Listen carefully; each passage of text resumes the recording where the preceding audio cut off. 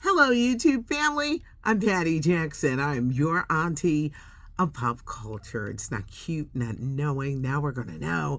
Let's get this hugging. I have a story that I want to touch on that I was supposed to have done on Monday. We're going to take some time to remember singer John Edwards.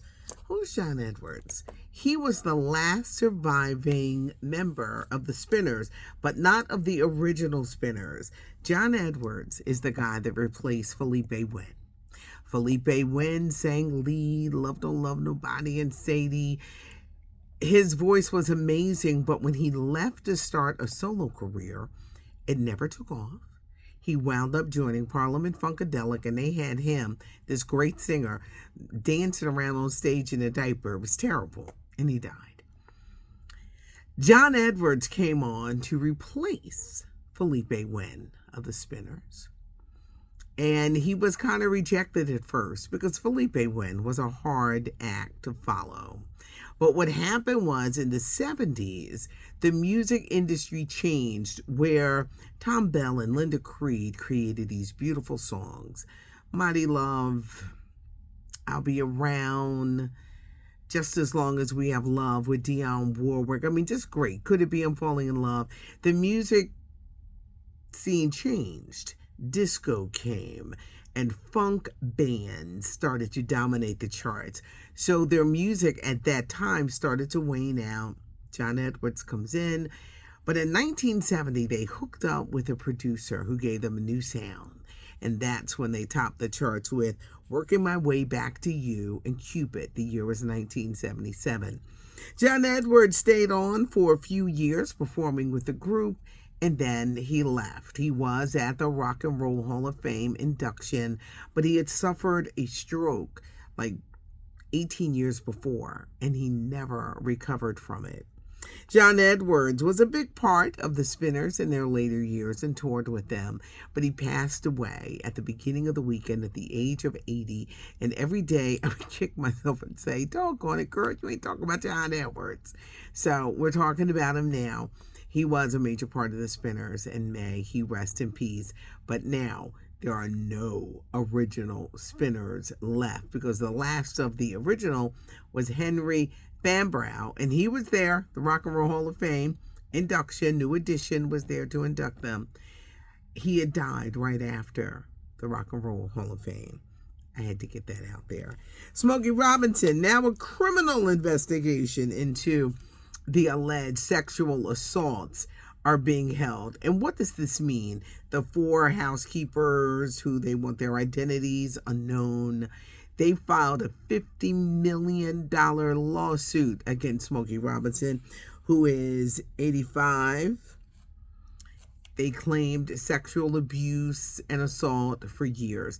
Now, when you bring in the criminal investigation, this allows the police to investigate what is going on. Smokey Robinson is still touring. His people are not responding to this, and they're saying that he will be exonerated. Chris Brown, he had to learn the hard way. If you get in trouble, don't ignore the charges. A couple of years ago, Chris Brown was in Manchester, England, got into a tussle with a man and hit him over the head with a bottle. The man sued him for $16 million, but every time they tried to serve him papers, brushed it off. He ignored it. Chris Brown is on an extensive tour, and he returns to Manchester, England, and they promptly arrested him. Will this get in the way of the tour that he's on now? Because he's doing all stadiums. The man is seeking $16 million, but see what happens when you fail to respond. See how long Chris Brown is locked up, and will he be able to resume his tour? Cassie took the stand, and it was the cross-examination. And for those who don't understand, when I'm reading a story, this is what happened. She's being cross-examined by Diddy's $1 million defense. And what they tried to do is to attack her stories, poke holes in them.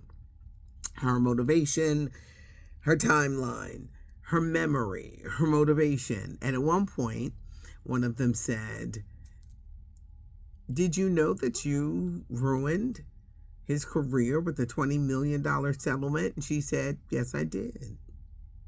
They brought out Texas. Whew, child, they be saving these text messages. Where she said, "I'm ready to freak off." She replied, "I was high on drugs." Saying that she wanted to have Diddy's baby. And they said, the defense, "Well, you knew he had 6 kids. He had 6 children, so you want one too?" The defense attorney came at her with, "You really believed he loved you, even though he cheated on you?" See, these are the tactics. And she did tear up, and it was rough. And Friday is going to be the final day she can be on the stand because she is 8 months pregnant. She is due any day. A lot of people are saying, "Oh, they're focusing on this. Why not the sex trafficking?" We got 7 more weeks to go. It's like building a cake. They're building a case. They had to get her because she's going to go and have her baby. They're building a case. When I said it's going to be a long 8 weeks, y'all. Next week is week number 7. It's going to be long. Who remembers Honey Boo Boo? The reality show with Honey Boo Boo and her mom, Mama June. Mama June got the makeup makeover, new teeth, new everything, and she still lost it all because she had a very bad drug addiction. Well, Honey Boo Boo, a little grown up, she's not that chunky little kid no more, and she says she has no money. She was just on Tamron Hall show. She has no money, but the mother took the money, so she's trying to revive her career. What should she do next? Will someone give her a reality show? I don't know, because when she was the cute little fat kid, they loved her. But now when you're an adult, people look at you differently. So it's going to be interesting. But Honey Boo Boo says her mother spent all the money. Jennifer Hudson. This is the oft complaint that I hear about the show. And this is from the white entertainers that be on there. Everyone loves the Spirit Tunnel. The Spirit Tunnel is the best thing about that show. The Spirit Tunnel is the best. I look forward to who's coming down it. And I'm so disappointed when people don't dance or they act like they didn't get the memo, because the Spirit Tunnel is the best thing. She was interviewing the pop star Kesha. Kesha? Kesha. I don't play her, so you're going to say, "You don't know how to pronounce her name." No. Kesha. They said the interview was so bad. They said that interview was so bad that Kesha just sat there looking like.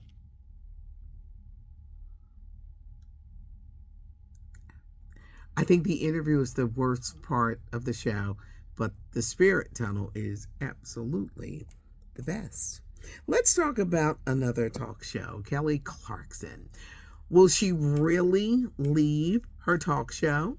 She's fed up with that HR department, the human relations department. You know, Kelly Clarkson lost like 60 pounds out there looking amazing. They got mad at her for losing weight. They really did, and gave her hell for losing weight. She admitted she, did the injection. She lost weight. She's recently divorced. She's looking to become a better version of herself. She misses touring. She's tired of fighting with the powers that be at the Kelly Clarkson show, who sang, "Why'd you ask him that? Why'd you do that? Don't say this. Don't do that." She's tired. She's like, "I don't need this." She wants to raise her children and tour. The reason why they're mad, Kelly Clarkson used to do her show in LA. But she picked up and moved everybody to New York. And these people have given up their homes, moved to New York. They're saying that Kelly Clarkson is ungrateful. And if she gives up this show, now it wouldn't be until next year. But who could replace her? Word on the street, it could be Hoda Kotb. But would Kelly Clarkson, she tired of fighting. They call it upstairs. She tired of fighting with them about her life and what she should do. Do you think Kelly Clarkson will give up her show? Jennifer Lopez. It's a good thing for plastic surgeons because she recently injured herself rehearsing for the American Music Awards, which she is hosting on Memorial Day Monday, that 26th.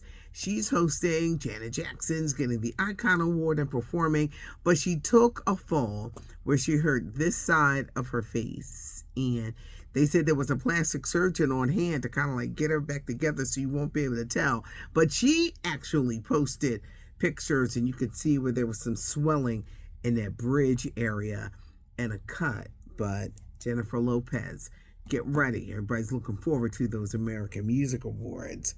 Angela Bassett, she is on the cover of Ebony magazine. She is one of the stars of Mission Impossible 8, The Final Reckoning. Tom Cruise, you got Ving Rhames, Angela Bassett, Paula Patton in there. It opens in theaters the start of Memorial Day weekend. I'm going to tell you what's funny. This movie cost $400 million to make, okay? Tom Cruise does a lot of his own cruise. This is probably the last Mission Impossible. We've been following the adventures of Tom Cruise as Ethan Hunt for what about, I don't know, is it 20 years or 20 or more years? But the movie cost $400 million. Now, what do I always tell you guys? It matters how much they can make back. Great reviews. I can't wait to see it myself. Will this movie make its money back? $400 million to make. It's going to be interesting, but check out Angela Bassett, 911 star on the cover of Ebony magazine. Jamie Foxx has signed up for a new Netflix movie about the 1984 Olympics. That team went on to great glory, and Jamie Foxx is going to play one of the coaches. And the trailer for the Tyler Perry movie Straw dropped. This movie he filmed in 4 days. It stars Taraji P. Henson as a broken woman, a broken mother who has reached the end. Tiana Taylor plays one of the cops. Sherry Shepherd, I think she's one of the bank tellers. It looks good, y'all. It does. Taraji P. Henson gives a performance. It starts streaming on Netflix June the 6th. It only took Tyler Perry 4 days to film, but I think this is going to be one of his best. There's a weekend edition, y'all. There is a weekend edition. So make sure you check it out. David A. Gaines puts everything together. It's pictures. It's everything everyone's talking about during the week. Pictures and all of that. So my boss keeps sending messages. What is he talking about? It's going to be something. I don't know what he's talking about. But check out the weekend edition. David A. Gaines puts it together and it's fancy. The notification bell is going to let you know when the video pops, so you'll know when we're here. I always ask questions. Leave your comments in the comment section. Give us a thumbs up if you like the video. It's not cute not knowing, and now you know. Thanks for joining me. I'm Patty Jackson. I am your auntie of pop culture.